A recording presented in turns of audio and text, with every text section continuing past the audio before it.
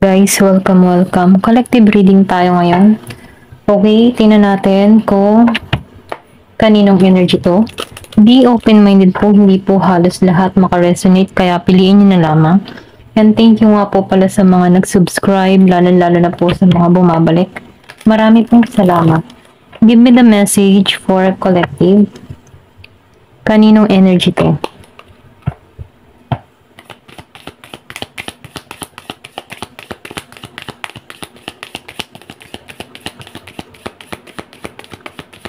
Give me the message for collective. Kaninong energy to?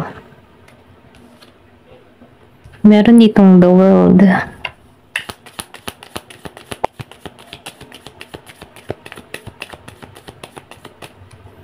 Nafe-feel ko dito, no? Yung iba sa inyo, napagtagumpayan yung mga na-experience niya sa buhay, okay? Kumbaga, lahat ng mga pinaghirapan mo ay nagkakaroon na dito ng magandang resulta. Okay? Ito na yung nakikita ko dito. Malakas yung Taurus, Sagittarius. Okay? Give me the message. Then, nakikita ko rin dito, no? Yung iba sa inyo nagkakaroon dito ng makulay na buhay. Nagiging maayos at maganda yung kanyang buhay dito. Payapa. Bagamat may mga pagsubok na kinaharap, pero temporary lang ito. Ito lang yung nakita ko. Kumbaga nalampasan mo yung mga punos ng buhay dito. Ayan. Mga pagsubok na kinaharap mo.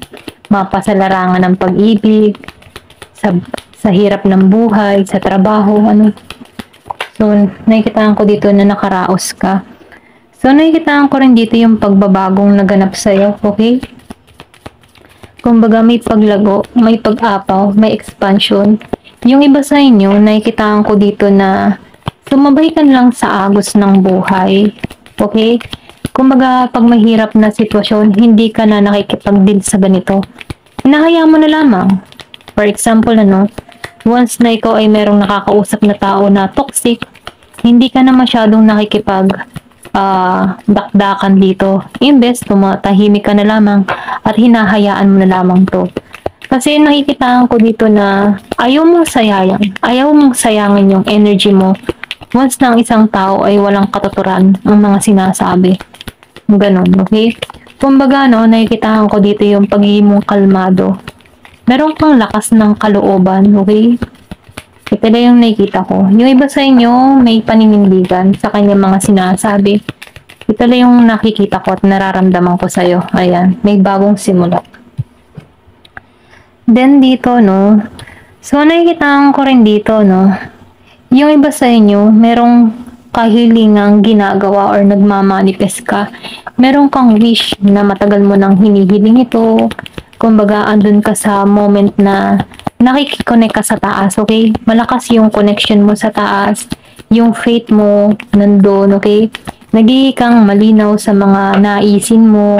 And then, nakikitaan ko rin dito yung pagiging mo kalmado, okay? Kahit baga meron kang mga kinakaharap na problema, madali mo itong naalisan. Kasi, yung faith mo yung tumutulong sa'yo or binibigyan ka dito ng guide para malampasan tong mga pagsubok na kinakaharap mo. Ito lang yung nakikita ko. Meron Taurus. Give me the message. Ano pa yung mensahe? Then, nakikita ko rin dito, meron ditong pag-apaw ng biyaya. Ito lang yung nakikita ko. Yung iba sa inyo, may biyayang makakamit, may blessing. Okay? Meron kang mga kahilingan dito na matutupad. Ito lang yung nararamdaman ko. Give me more information. So, meron ditong King of Wands. So, naitaan ko din dito, before nakaranas ka dito ng dilubyo ng buhay. Okay, yung tipong daming problema, ang daming mga gumugulo sa kaisipan mo, mapa sa pag-ibig, sa trabaho, okay, sa buhay. Kumbaga, andun yung moment na sinubo ka ng tadhana.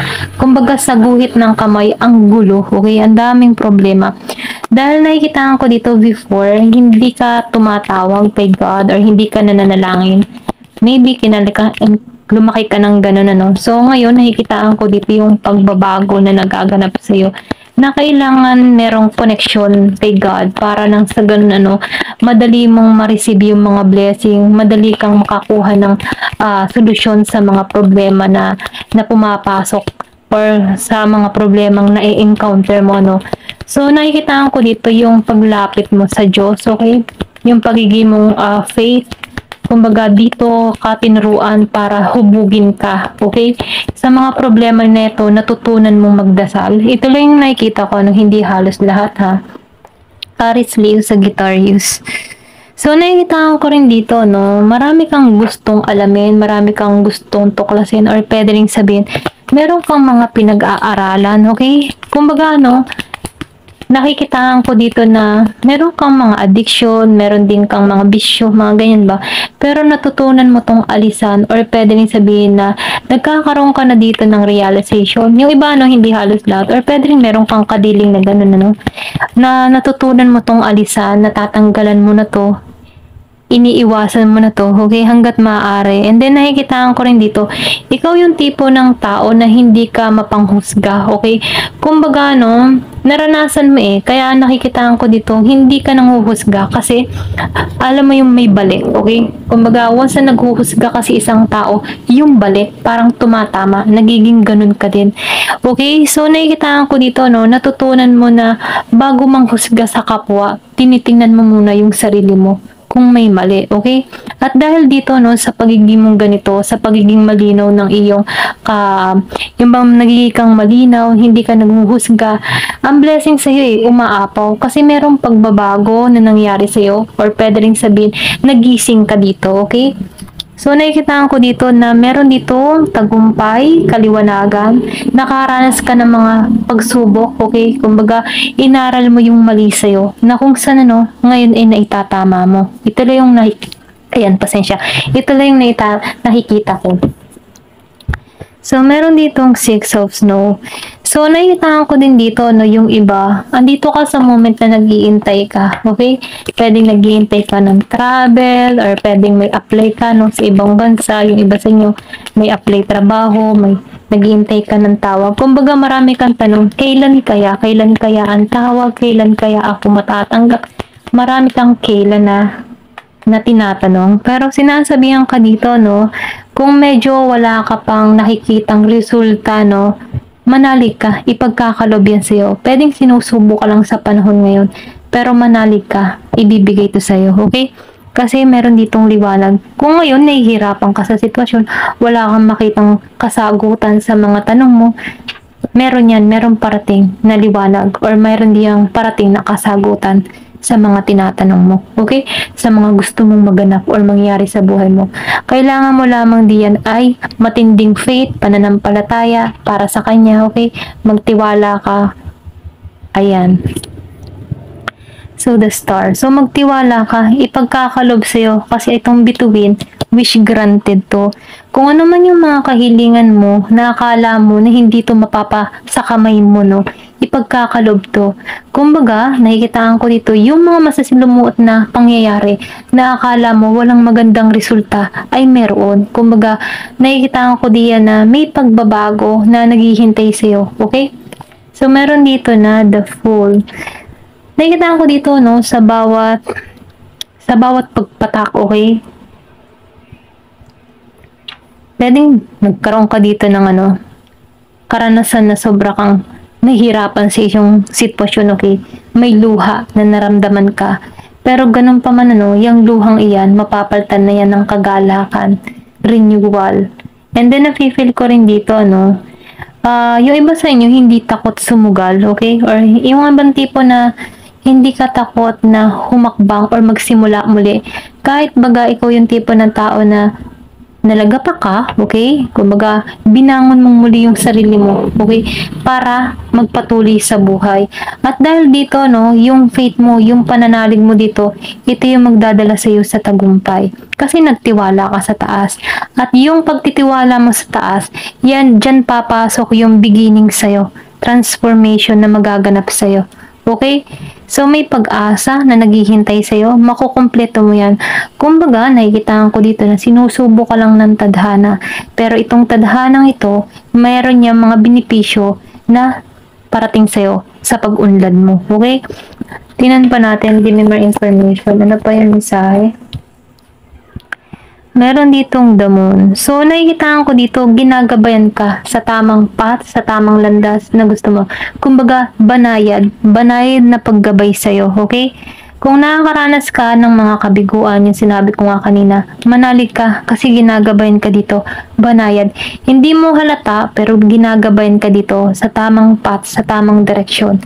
Kasi kung ano man yung kahilingan mo, masasakatuparan mo yan, matutupad mo yan, manalig ka lamang, okay? So meron dito na the floating one between worlds. So nakikita ko dito, no, yung iba sa inyo napapalayo kasi napapag-itan ka sa yung baga halimbawa kayamanan, mararangyang buhay. Once na nakakamit mo na tong mga ganyan, no, marangyang buhay, maayos na buhay, may pera, malaking pera, mga ganang-ganyan, ano, nakakalimutan mo si God or nakakalimutan mong tumawag sa Kanya. Kaya ngayon, ano, nakakaranas ka ngayon ng mga pagsubok or pwede rin sabihin, sinusubok ka dito, no, na once na meron kang nakamit na maganda na ipinagkaloob niya sa'yo, okay? Huwag kang magbabago, okay? Ito lang yung mensahe, no? Kasi dito ka susubukan sa pag-itan ng mga bagay-bagay na ibibigay niya sa'yo kung ikaw ba'y makakalimot para sa Kanya. Ito lang yung nakikita ko. Kumbaga, no, pinagmamasdan ka niya dito, sinusubukan ka niya dito. Ito lang yung nafe-feel ko. Kung halimbawa, ikaw ay umaangat sa buhay, nakukuha mo na ang lahat, nabibili mo na ang lahat, okay? Huwag kang magbabago. Ito yung mensahe sa'yo. Kasi, once na nagbago ka, pwedeng makat yan. Okay? Yung mga blessing na nare-receive mo. Kaya mainam, once na pinagkakalob ka, binibiyayaan ka, pasensya no, utol ako ha. Binibiyayaan ka diyan. Sinasabihan ka dito, huwag kang magbabago. Kasi, mas lalo ka pa niyang uulanin ng biyaya. Ayan. Basta magtiwala ka lang sa Kanya. Ginagabayan ka, gentle siya, banayad siyang gumagabay sa'yo, nang hindi mo namamalayan, okay? Kasi minsan, pag may mga problema, hindi natin alam kung paano natin ito lulusutan, gulong-gulo ng isipan natin, hindi natin alam kung paano yung presensya niya kumikilos sa atin. Pero, hindi mo lang namamalayan yan, pero banayad na yung kumikilos, nang wala kang kaalam-alam. Ayan. So, nakikita ko dito yung transformation. May pagbabagong mangyayari, magaganap sa'yo, magtiwala ka. Okay, meron kang kahilingan na matutupad dito. Sa bawat luha na naramdaman mo, may kaakibat yan na pagbabago. Kasi kung makikita mo yung luha, ano, tinan mo, meron siyang drawing, ano, pero meron ditong liwanag, araw, may pag-asa, green, pag-asa. Then, meron pang liwanag dito. So, magiging klaro para sa iyong lahat. Okay? Matutupad mo yung iyong mga pangarap. Magiging malinaw na para sa iyong lahat. Ganun, okay? So, sinasabihan ka lang dito, no? Huwag kang magbabago. Tingnan pa natin kung ano pa yung parating. Meron ako nakikita dito na Gemini, Aquarius, and Libra. Sagittarius, Aries, Leo, Sagittarius, ano? Pisces.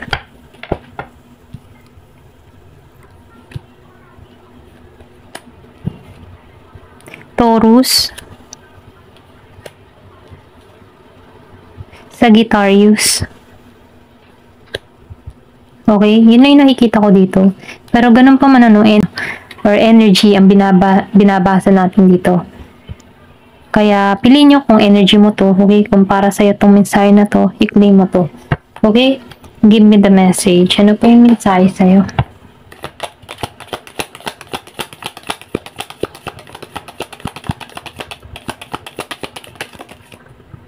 Rainbow, di ba? Labas rainbow, rainbow. Okay? Yung iba sa inyo makukomplete mo yung task mo. Magtatagumpay ka. So, nakikita ko dito, no, the most difficult part of a situation is over. Kumbaga, kung ano yung mabigat na yung naranasan, matatapos na yan, or tapos na yan, okay?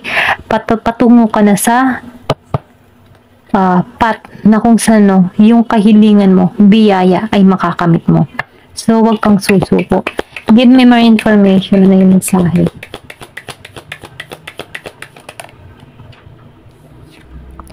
beetle. So, meron ditong good fortune. So, maniwala ka, no? May magandang kapalaran na naghihintay sa'yo. Give me the message. Money pot. Okay, blessing. Yung sinabi ko kanina, no, na once na ikaw ay binibiyayaan, maraming pera, biyaya, material, huwag kang magbabago, huwag kang magiging madamot. Okay? Minsan kasi yung mga blessing na nare-receive natin, nakakalimot tayong tumawag muli sa Kanya. Kasi na-receive na natin eh. So, limot-limot na tayo. Pero once na tayo ay naghihirap, tawag-tawag tayo sa Kanya, Lord, tulungan po ako, Lord, ganyan-ganyan. Kaya sinasabihan dito, no, huwag magbabago. Once na binibiyayaan ka yan, tumawag ka pa rin sa Kanya, okay? Na huwag kang babaguhin ng pera, huwag kang babaguhin ng mga material na nare-receive mo, okay? Bagkos mas maging kang malapit sa puon na may kapal.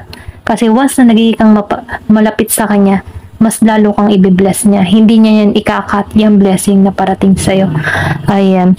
Lily, spiritual love. Kasi mahal ka niya eh, okay? Mahal ka ni God. Give me more information.